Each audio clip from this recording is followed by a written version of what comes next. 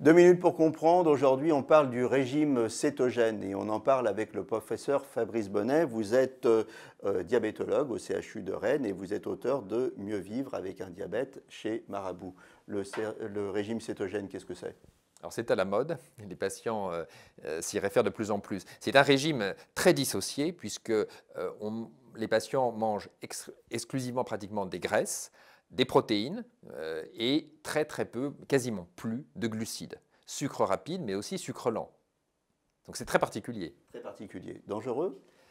Alors, ça peut l'être à long terme. À court terme, pour des patients diabétiques, bien entendu, leur glycémie s'améliore très rapidement. Et là, on est dans le type 2.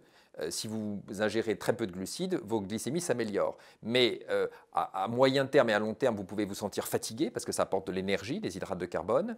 Vous allez manger beaucoup de lipides, ce qui n'est pas forcément génial en termes d'artères et de métabolisme.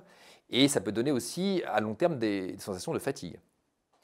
D'après ce que je comprends, en fait, les régimes dissociés sont des régimes déséquilibrés et le déséquilibre, c'est tout ce que n'aime pas la nature. Et oui, c'est un peu antiphysiologique, mais il y a des idées intéressantes derrière. Diminuer sa quantité de glucides peut être intéressant pour améliorer son équilibre glycémique et parfois aider à perdre un peu de poids. Diminuer, manger moins de féculents, une fois par jour et non pas à chaque repas, supprimer les sucres rapides, là, j'allais dire oui, c'est intéressant. Mais manger comme ça, quasiment plus de glucides, ça devient complètement dissocié et ça expose aussi à une diminution des capacités physiques, voire intellectuelles des patients, parce qu'il est obligé de fonctionner avec des corps cétoniques.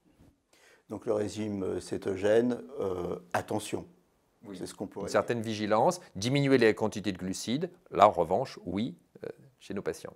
Voilà. À très bientôt.